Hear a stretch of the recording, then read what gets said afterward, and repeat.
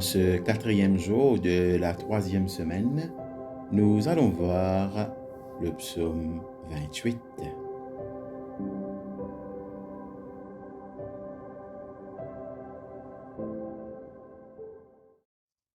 Unto thee will I cry, O Lord, my strength.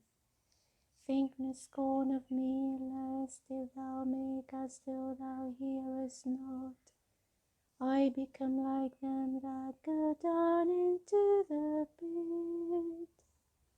Hear the voice of my humble petitions when I cry unto thee. When I hold up my hands towards the mercy seat of thy holy temple.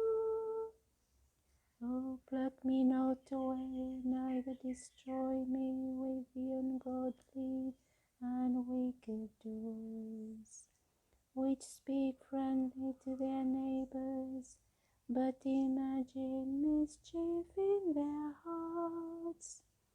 Reward them according to their deeds, and according to the wickedness of their own inventions.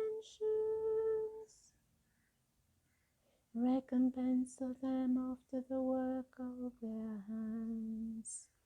Pay them that they have deserved, for they regard not in their mind the works of the Lord, nor the operation of his hands. Therefore shall he break them down and not build them up. Praised be the Lord, for he hath heard the voice of my humble petitions. The Lord is my strength and my shield. My heart hath trusted in him, and I am helped. Therefore my heart danceth for joy, and in my song will I praise him. The Lord is my strength, and he is the wholesome defense of his anointed. O save thy people and give thy blessing unto thine inheritance. Feed them and set them up forever.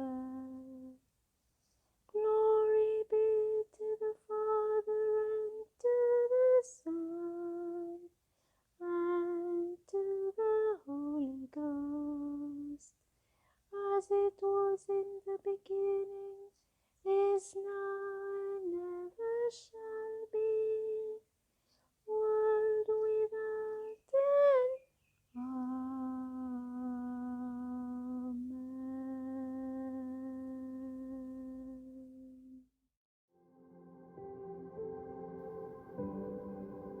Le psaume 28 est un appel sincère à l'aide et à l'orientation dans les moments difficiles.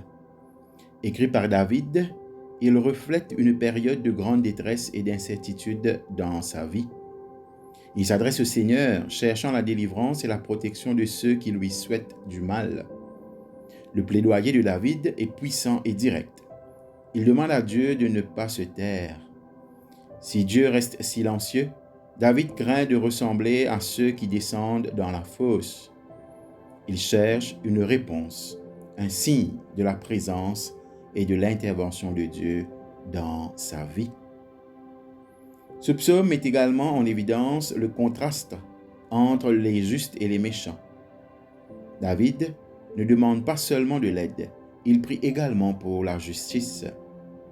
Il demande que les méchants reçoivent leur dû, démontrant ainsi sa croyance en la justice divine. Pourtant, au milieu des supplications et des prières pour la justice, le psaume 28 se transforme en un chant de remerciement. David montre sa foi inébranlable dans la bonté de Dieu et sa conviction que ses prières ne sont pas vaines. Cette oscillation entre supplication et louange est ce qui rend le psaume 28 si pertinent. Cela nous rappelle que pendant nos luttes, nous pouvons trouver des raisons de nous réjouir et faire confiance au plan de Dieu. Nous apprenons l'importance de la patience, de la foi et du pouvoir de la prière.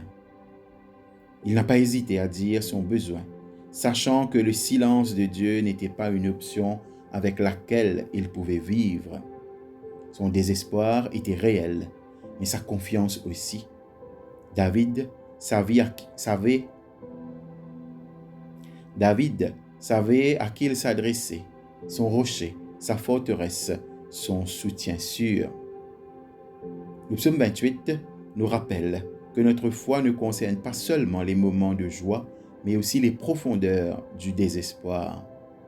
L'appel sincère de David et la célébration de la délivrance qui s'ensuit nous encouragent à nous appuyer sur notre foi, surtout lorsque le chemin à parcourir semble incertain. Retenons la leçon selon laquelle, dans chaque appel à l'aide et dans chaque cri de joie, Dieu est là, écoutant et agissant en notre nom. C'est un puissant message d'espoir et de foi qui peut transformer nos vies. Prions. Dieu Tout-Puissant, apprends-nous que malgré tout, tu entends nos prières, que tu es notre protecteur et que nous ne sommes jamais seuls dans nos luttes. Que le souvenir de ces vérités transforme notre façon d'aborder les défis et qu'il ne s'agit pas seulement d'espérer le meilleur, mais de rester ferme dans la conviction que tu es toujours à l'œuvre, même lorsque nous ne pouvons pas te voir. Qu'en adoptant cet état d'esprit changé, nous sommes encouragés à une confiance toujours plus profonde dans ton pouvoir divin de sauver. Humblement, nous t'en prions. Amen.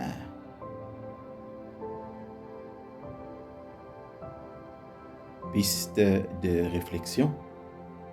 Premièrement, quelle est selon vous la signification de la délivrance de Dieu dans le psaume 28?